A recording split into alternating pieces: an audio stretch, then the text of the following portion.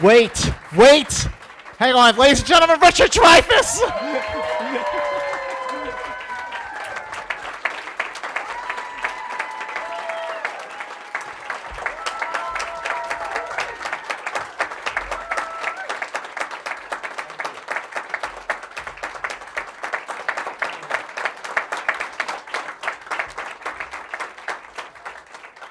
If I could play Dick Cheney, I could play him. So let me just say what I was going to say, which was, and this is honest to God, last weekend on Sunday, Memorial Weekend, I'm checking my phone. I was not supposed to be checking my phone, checking emails, and I get this email from SAG-AFTRA. How would you feel about moderating a Q&A with Richard Dreyfuss? So I literally went, whoa. I showed it to my wife, and she's like, whoa. I was born in '68, and my parents, in their infinite wisdom, I'm getting to the good part here. My parents, in their infinite wisdom, took me to some very mature movies when I was at a very young age. I was 6 years old when I saw Jaws. I was 8 years old when I saw Close Encounters, and the same age when I saw The Goodbye Girl, for which Richard Dreyfuss won an Academy Award.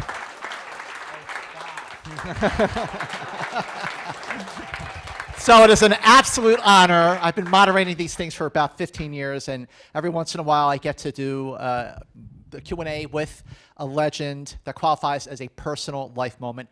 This is one of them. So Richard Dreyfuss, thank you so much for being here at SAG-AFTRA Foundation. Now, your performance as Bernie Madoff is the performance of your career. Do you agree? I mean,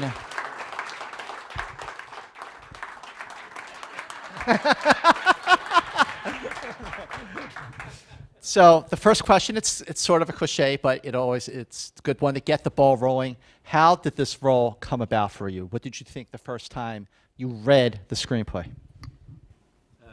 different questions. The first time I heard about the project, I just waited for them to call me. Yeah, because I knew I was the best one to play it. And I'm not being, nutsy when I say that. I'm from Bayside. He's from Bayside. I'm from Queens. He's from Queens. It's just too many things. And the way I talk and the way he talked, and if you tried to hire another actor, you'd be making it a stretch. And I was right there, and cheap. So I waited, and they called. And then I read the script, and I flew out to New York early so I could work on the script with the director, and we could make it our own. And within the limitations of the media, we did a good job. Tell us how you worked with the director to make it your own. Like for other actors and other directors, the process might be different for everyone. But just take us through that process by which you nurtured the story. The great thing that Ben did as a writer was that he created a very understandable through line to the story, which is a very complicated story. And he made it really simple to understand and follow. And so what we did was to flesh out the human side of his character, because he didn't walk around, eating babies on the street. He walked around being the nicest, menschiest, most cozy son of a bitch you ever met. And that's why people gave him their money.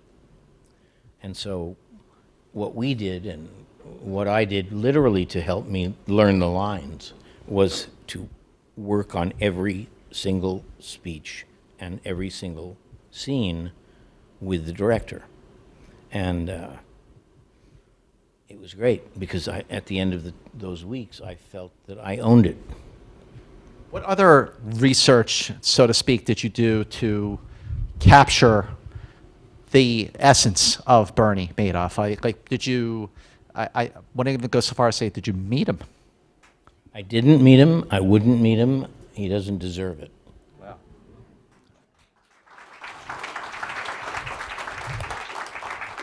I mean, what was he going to do? Tell me the truth? And he has a Queen's accent. I have a Queen's accent, so fuck him. And I felt at the beginning that there was a lot to empathize with, about him. And then I read Marie Brenner's article in Vanity Fair in 2010. Yep. And you'll never empathize with Bernie Madoff again after you read that article. Because I always wanted to start the film with Goya's Saturn devouring his children, which is still one of the bloodiest, most awful paintings ever done. And that was Bernie. And there was a line that he said in prison. Someone called to him and said, "So what do you think of your victims?" And he said, "Fuck my victims, I'm suffering now." And I wanted to start the film with that line and take the hit for the fuck. And I said, Frank Luntz, the Republican strategist, he wanted to start the film like that. And he said, "You'll be the most watched movie of the year." And he was right. But no, they didn't want to do it. And we wanted to start the film with the towers falling and with that, remember that creepy living cloud of dust and death that went rolling through Wall Street and seemed to be alive and following people? I wanted to watch that, and you hear Bernie saying, "This is how it ends. Everybody dies, and I get away with it." And they didn't like that. So we were in a battle with an organization that had every right to have bragging rights to wanting to do this film, to having done great stuff in the past. And they weren't the same company that they had been. So we were restricted.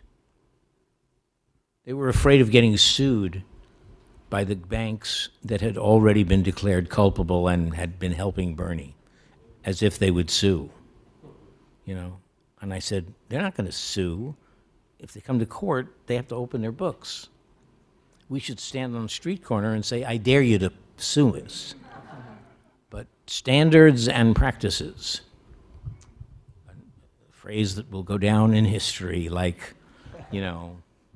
"Abandon hope, all ye who enter here." They were the ones who made the decisions. So we kind of, we worked within that to make it clear that he wasn't alone, that they knew, that his clients knew, and they didn't care. They didn't want to ask the question that would have made them culpable. And so they never did. But they knew. He's quite a character. He is quite a character.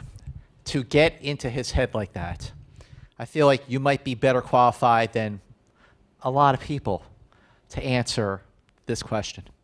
What was he thinking? What was he thinking? Remember this. He never had an exit strategy. He never cared about getting out and escaping. He was going to do this until he dropped. He loved it. He loved ruining the lives of bat mitzvah girls. He loved it.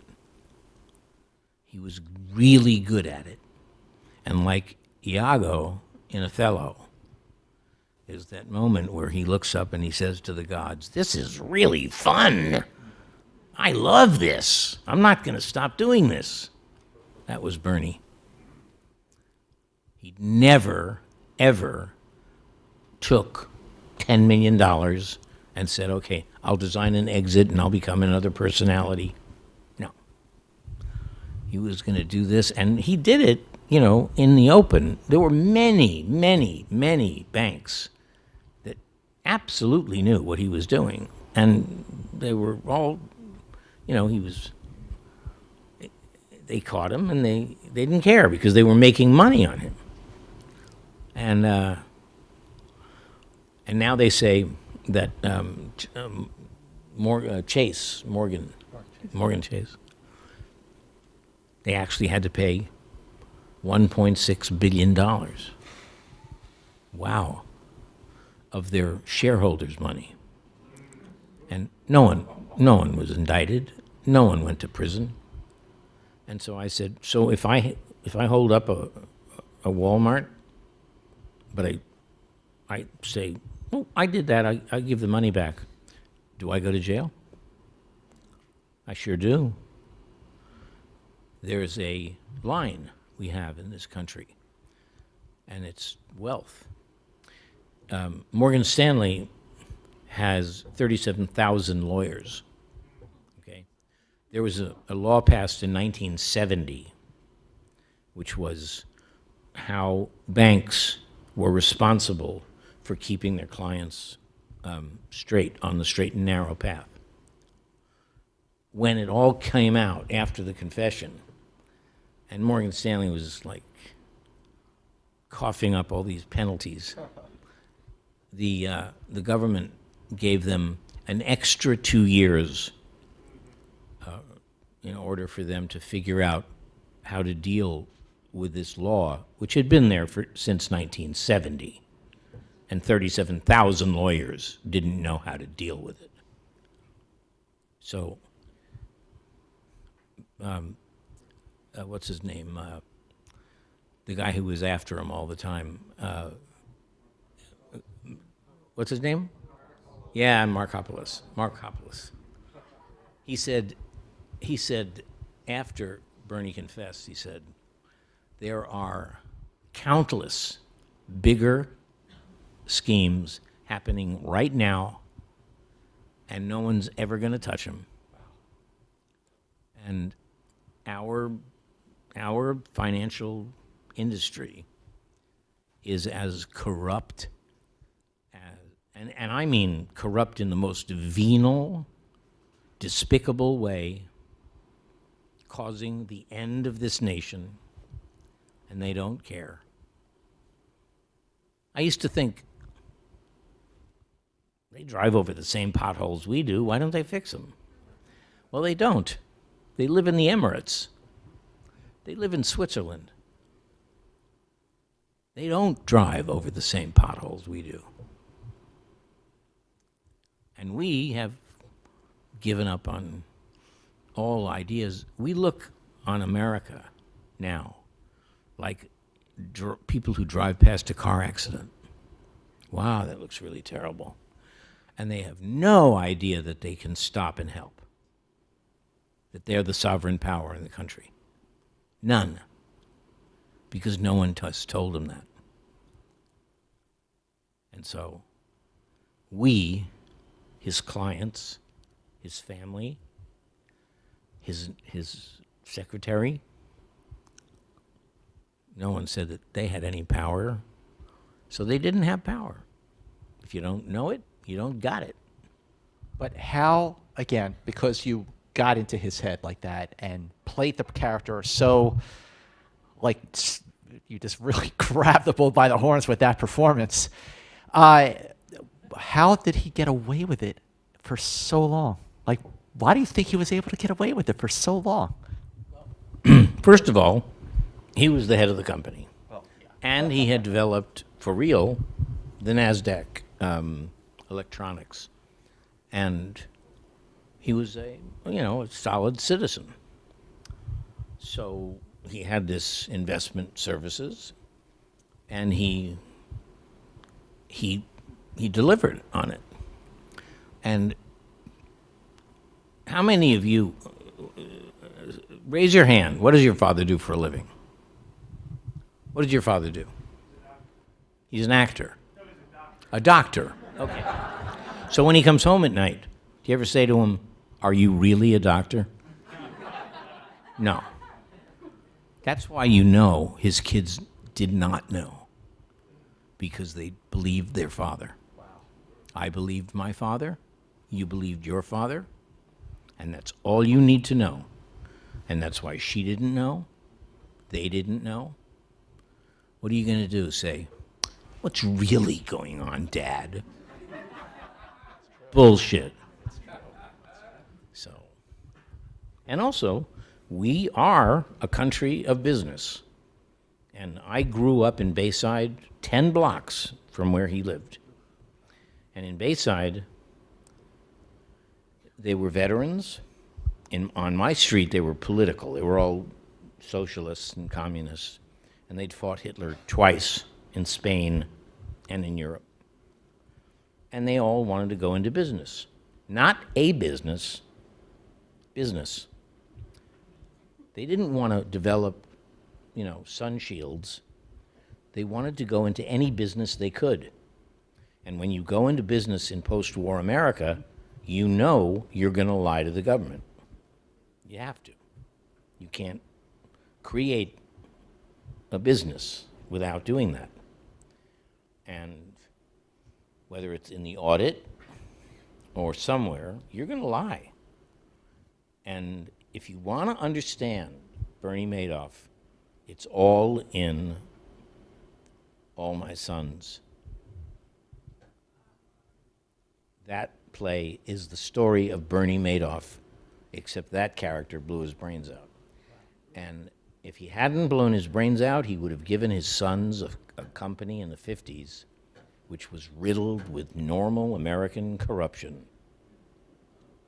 So read that play, because that's it. Someone said once that Shakespeare wrote England into existence.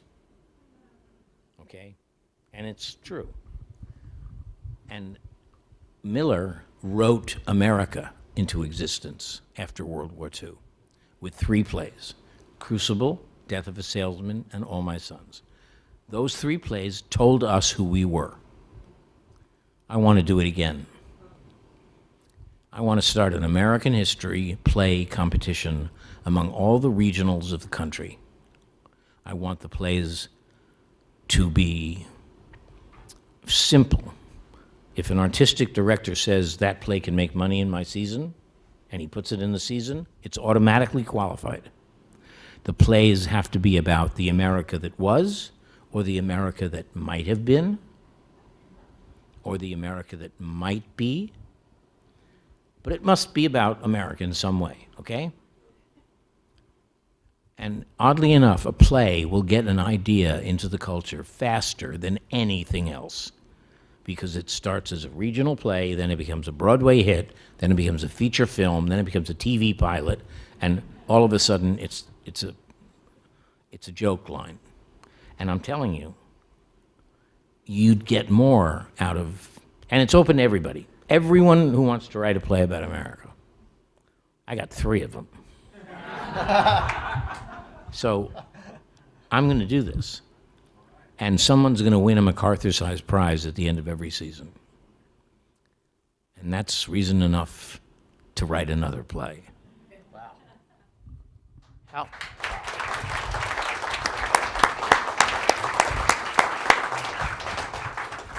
How did, if it even happened at all, how did portraying Madoff change your opinion of him, for or against? Like, It took all the 4 away. yeah. I started kind of empathizing with him in a way. I recognized a lot of behavior that was familiar to me through my dad and my uncles and all the guys on the block. Yeah. But then, as you follow his story, you realize that he takes an Iago-like delight in destroying people's lives. And he knew he was doing it for the simplest and stupidest of reasons, to get his shirts made in London. That's why. You know, I want to buy a yacht. That was it. There was nothing bigger than that. He took $60 billion, put it into a savings account, which gave off 2% a year, and he then made, he had the life of Riley for 50 years. And there was nothing noble about it at all. And he stole from everybody. And someone said that he was anti-Semitic, and he said, anti-Semitic? The only people around me were Jews, so I stole from them. As soon as I knew that they were Gentiles, I stole from them too. And that's true. He wasn't anti-Semitic. He just was surrounded by Jews. So, of course, he scammed them first. But he scammed the Gentiles as soon as he found out that they were there. Is it true what actors will always say? They'll say, yeah, playing a good guy is fun, but playing a bad guy is better. And this is not the first time you played a bad guy. Can anybody guess the other person I'm referring to? I think you know where I'm going with this. Yeah. Dick Cheney. You want to see Dick Cheney?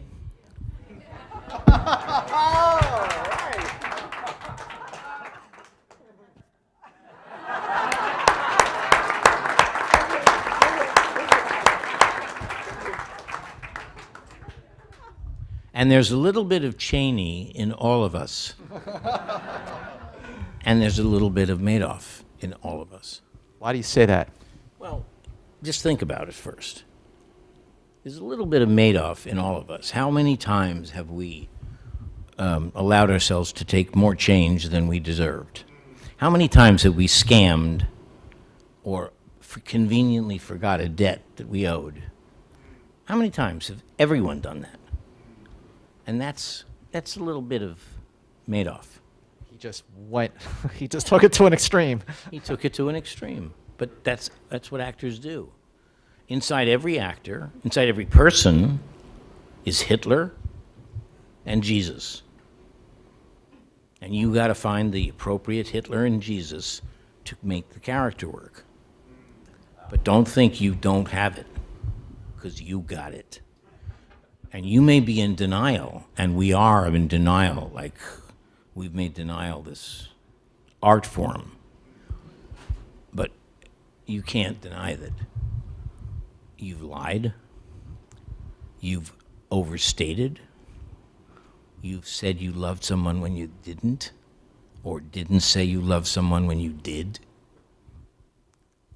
You preferred one child over the other.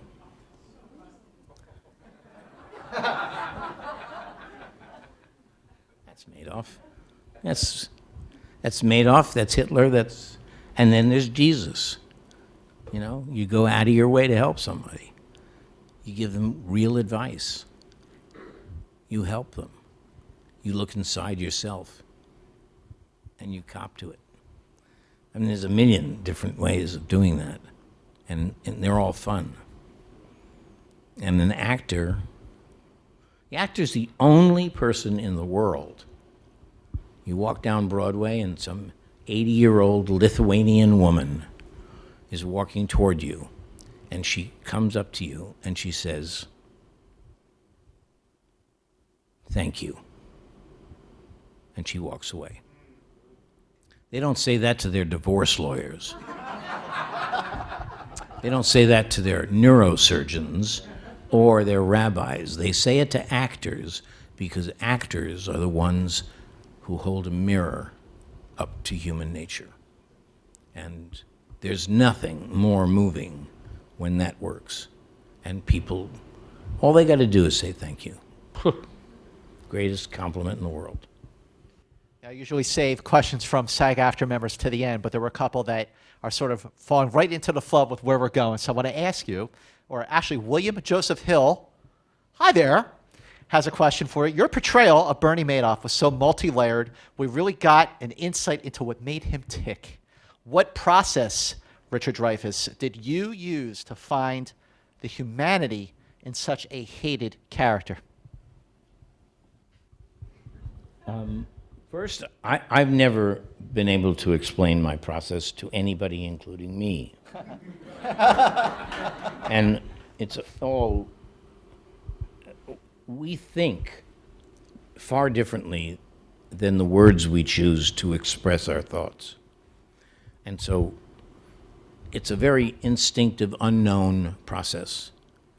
But once you know a character, you don't have to analyze it. And I knew that he had to be beloved. He had to be loved. He knew that. So one of my favorite scenes in the film, which was the director's idea, who's here tonight, I think,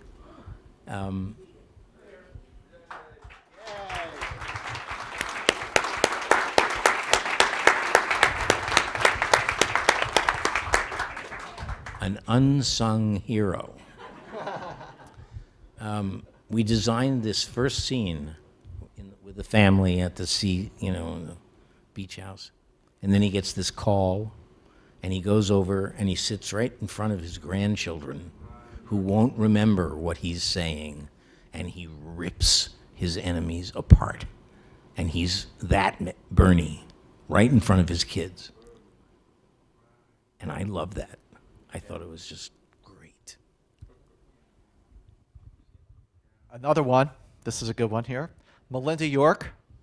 Oh, there you go. Hi, Melinda. You became Madoff. You had me fooled. Fabulous job. Loved it.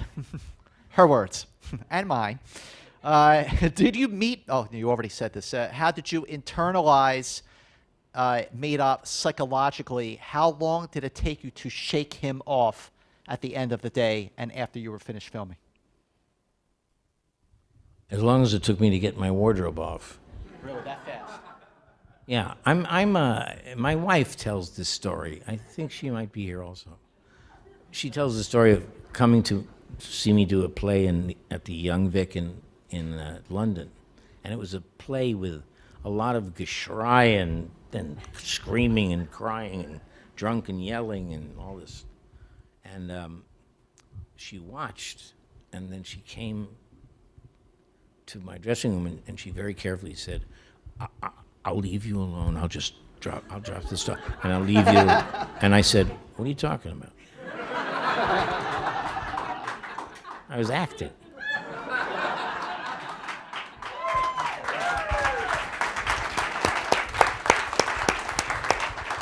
I did have a friend in high school. I will tell you this as a warning. I did have a friend in high school who played the lead in The Crucible. And one day I went backstage to congratulate him because he was great. And he said to me, I saw it. I said, what? I saw the fourth wall. I saw the fireplace and the hanging pots. I didn't see the audience. I saw the fourth wall of that. I said, go directly to a psychiatrist. And he's dead. Okay? Because that's not acting. That's nuts. And you may be capable, I'm capable, of not noticing the stagehand over there. You forget that the clothes you're wearing are rented and the words you're saying are someone else's. But you don't think that they're yours. And if you do, go directly to a psychiatrist.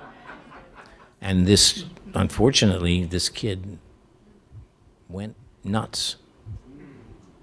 So acting is a very potent magic. And it's something I'm incredibly proud of. And I'm incredibly proud of the work, the body of work that I put together. But none of it is, my being hypnotized and dragged into the performance by something. No, It's decisions that I make about about the human race. That body of work, by the way, ladies and gentlemen, is beyond impressive. I mean, what moment, when did you first realize that you wanted to become an actor? I don't remember that moment. I remember when I was 9 and we had just moved to California. And I said to my mother, I want to be an actor. And she said, don't just talk about it. Do it. So I got up and I went down to the Jewish Community Center on Olympic Boulevard. And I tried out for a play. And I never stopped doing a play or being in a class, paying for the privilege or being paid. I did not stop for more than a week until I was 27 years old. And then I took my first vacation. Wow. And I loved it as, in a way that I can't really articulate. It was like this nuclear pellet that was in me. And I would act. I could rely on it. It's the one thing I knew about myself. I was insecure about women. I was insecure about, my father and whatever. I was not insecure about acting. And I could rely on it. And I was filled with the exactly correct amount of self-delusion. Because when I was bad, I thought I was great. And I was bad. I did TV for 11 years, and you can see any of it, and you can see really shitty acting. And then I did my first film, and I was good. And I don't know how that happened. I want to ask, okay, I'm just going to name a couple of movies, and I just want you to tell me the first thing that comes to mind. It could be a memory, it could be a moment in the film, a particular day you had making it, whatever it is. Just tell me the first thing that comes to mind when you hear the words American Graffiti. I was the guy on the set who said, it's only a little movie. What's the big deal? I don't get it. I thought it was, I never thought that it would start this, 50s craze or whatever it was. I never believed that. But I had a great time doing it. And then I was wrong, and I loved being wrong. I was wrong about Jaws. I thought Jaws would tank, and I said so on television. Jaws is the next movie I was going to bring up. First thing that comes to mind. Waiting. Jaws was all about waiting. Not for Bruce, for the sail that would hit the horizon, and we'd have to wait all the time for it to cross the horizon. And that took an hour. And we would just pray that when it finally left, that another one wouldn't go boop and start another journey. That's what Jaws was about. It was about waiting. It's the first thing that we think of, too. Waiting. Okay. Close Encounters of the Third Kind. Close Encounters was the only film I ever lied, stole, and talked down any actor in Hollywood. I said, I'm going to have this part no matter what. So I would walk by Steven's office and say, Al Pacino's crazy.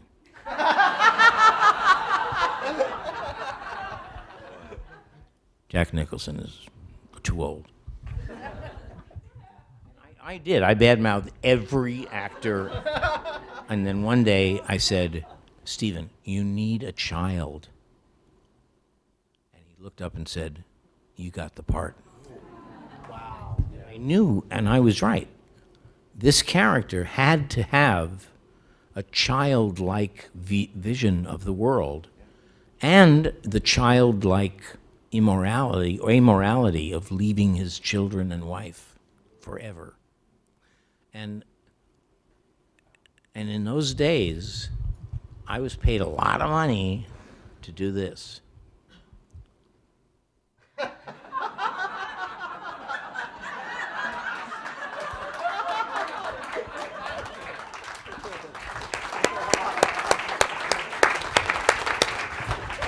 Steven said one day when we were scouting Close Encounters, he said, "Can I ask you a question about Jaws?"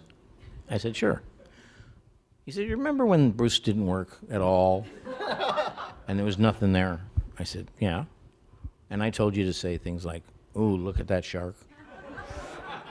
I said, "Yeah." He said, "You ever feel stupid?"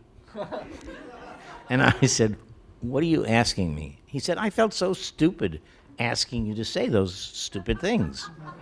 And I said, "Stephen, you're an authority figure. Don't ever do this again. Don't ever say this." You know, the greatest thing about acting is I loved to rehearse with glasses, okay? So I could see everything the other actors were doing. But when I was performing, I took my glasses off so the actors were doing also what I wanted them to be doing. And it was an extraordinary ballet.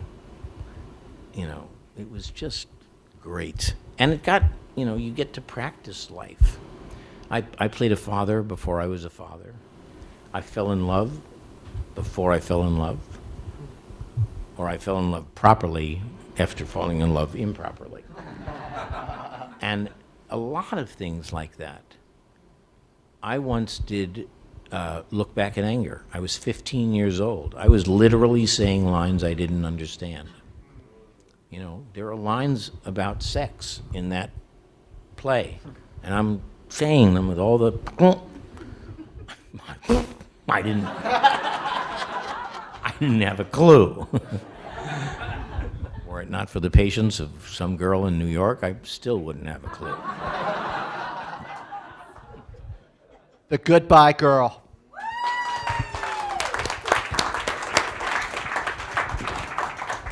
Goodbye Girl spoiled me for the rest of my life. It was, I can't tell you what it was like to have a script written by the greatest American comedy writer.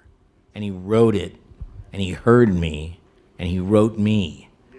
And then I was directed by the greatest gentleman in the world, Herb Ross. And one day, I came into the set, and I said to Marcia, "How do you feel about the work we did yesterday?" And she went, "Oh, I'm so glad you said that. I wasn't happy." And I said, "I have an idea." And I told her the idea. She went, yeah. So we go to Herb, and we said, "Herb, we want to do yesterday's work all over again." And he said, "Really?" And we told him the idea. And he said, "Okay, I'll tell you what. We'll do it your way, and then I'll bring the editing machine down, and you'll see it the way we did it after." So that cost about $80,000. And then we did it our way. And then he brought the moviola down, and he was right, and we were wrong. And that's a gentleman. And I remember having all the freedom in the world to play this character because Neil had nailed me so well. Everything, every part of me, it was like he just... And then to have Marcia and Neil and Ray Stark, you know, asking you to do a movie. And I had a reputation of being very picky. And I'm going, "Oh, I don't know. And then a little voice said, "Don't be a schmuck." And we did it, and it was the greatest experience in the world. And I'll tell you one thing. There was one scene, we did it, and we were setting up to do close-ups. And I went to Herb, and I said, "Please, let me do it one more time. One more time. I have this idea. Just let me do it once." He said, "Okay." And we did it. And he came up to me, and he said, "No coverage." That was the greatest compliment I ever got in my life. That scene, my way, is in the film, from first to last without any coverage of any kind, and it was his generosity that allowed that.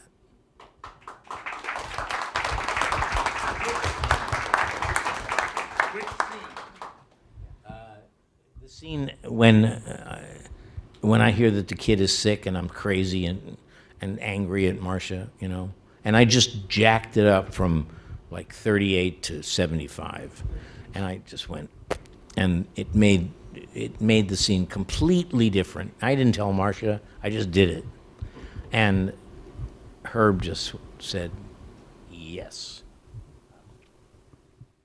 Adam Chernick, age 10. I knew that was you, dude.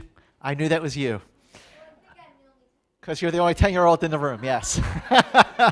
Except Being for me. a 10-year-old, sometimes, no, this is a great question from Adam Chernick. Being a 10-year-old, sometimes I lose motivation when I haven't got a job in a while. Wait, it gets better. It gets better. What is your motivation to keep going? P.S. I love the movie. It is a great movie, but the topic is sad. Thanks. Don't think you're an actor only when you get a job. When you don't have a job and you're not in a class doing a scene, take a book, go into the bathroom, lock the door, look into the mirror, watch your face while you read aloud from that book, and do it forever. And watch your face, because that's what people are going to see. And stay there until your mother says, "Get the hell out of the bathroom." And that's for real. If you think you're an actor only when you are offered a job, that's a pathetic way of living. Having said that, I hope you get a job real soon, Adam. I really do. You changed my view on it a lot. So thank you so much. And great part. I love the movie. Like, can this win a SAG award or something? I used to put some actors together, and we would talk about Hamlet. And one day, this actor, who I always thought of as a kick-around actor who was always playing the third Spanish gunman, you know, he said, why does Horatio say, "Let us take what we have seen unto young Hamlet"? Why doesn't he say the king? It's the king he's seeing. Why doesn't? And then he said, and later on, he says, talking about Claudius, Hamlet says, he popped in between the election and my hopes. So there was an election, and he lost. And then he said, and in the last scene, Claudius says, "Help me, friends, I am but wounded." And Hamlet says, "Let the doors be locked." And I just don't understand what that is. And I said, "Who are you?" And it turned out that he was a thinker for Rand. And he had asked the smartest questions about that play. Because in the plot of the play, Hamlet loses to Claudius, and there's a faction. So that every time there would be a toast to the king, it would sound like, "Hurrah, hurrah." There'd be people who were slower. And at the end, what did the Elizabethan audience love? They loved blood. So that it wasn't just Claudius and Hamlet. It was a civil war in that room. And there was blood everywhere. And I absolutely believe that that's the way it was done. And I absolutely believe that To Be or Not to Be was not in the original play, because it has nothing to do with the plot, and it stops the action cold. And the momentum just stops. I think it's a fraud. So, or something. I do it without it. But the play's the thing. Yeah, the play's the thing, and that speech kills the play. You're right. I never thought about that, but you're right. It does stop them. I mean, what is it Right in about? its tracks. Let's analyze death for a minute. Everyone is listening in on Hamlet, as the girl is listening. What's the most passionate relationship in Hamlet?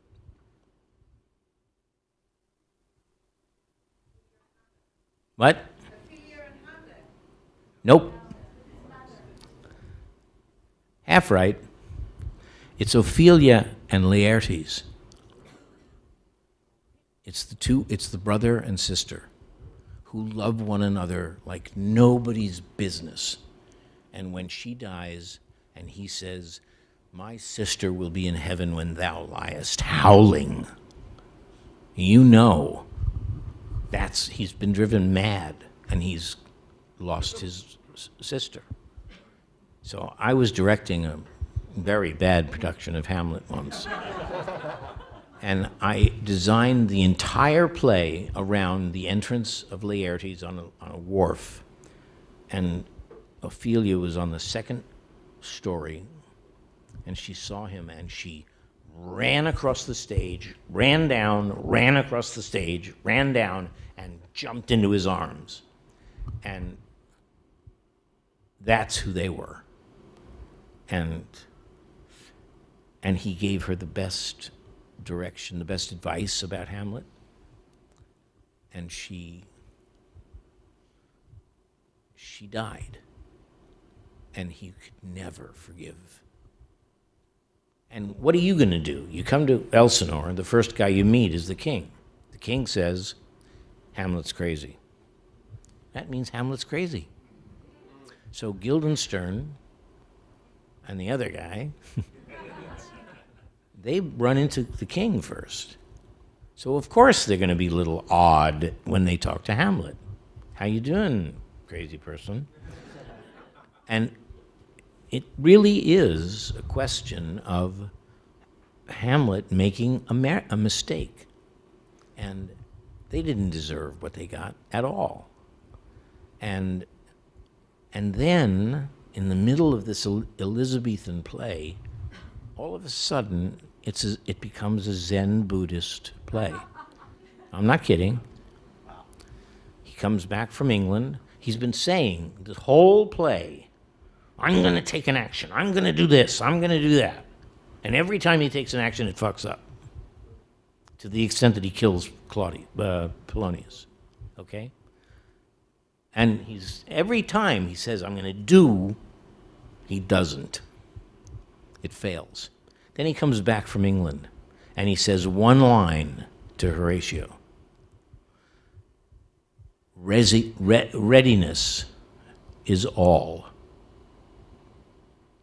He's saying, just be prepared, and it'll come to you. And that's exactly what happens.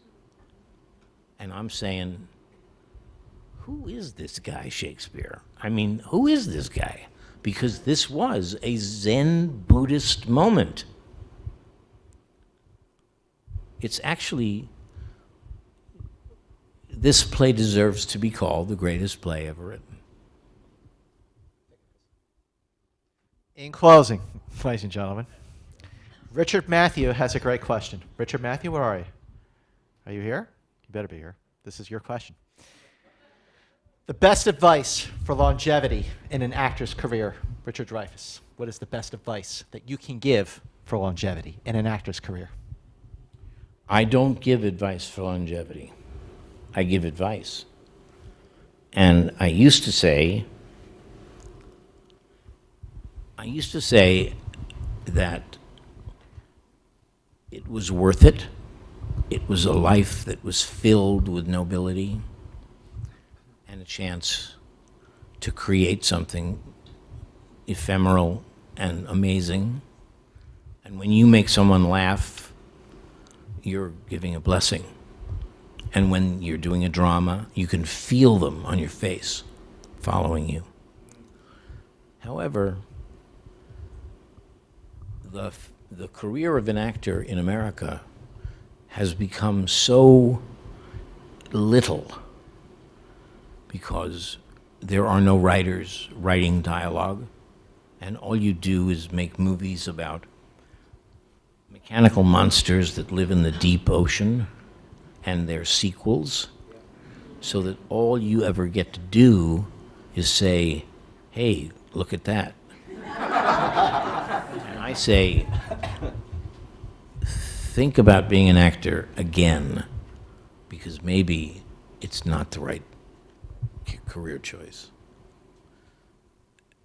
I'm not going to say that forever, because I think we'll change, but right now, and for the last 20 years, the rarest thing in the world is to see a film that actually has breadth and depth. We make shallow, stupid, money-making suck films. But you could always go back to the theater. And in the theater, except for the fact that you're not paid, theater is far more fun. Far more fun.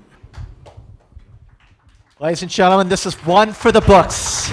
Please give it up for Richard Dreyfuss, everybody.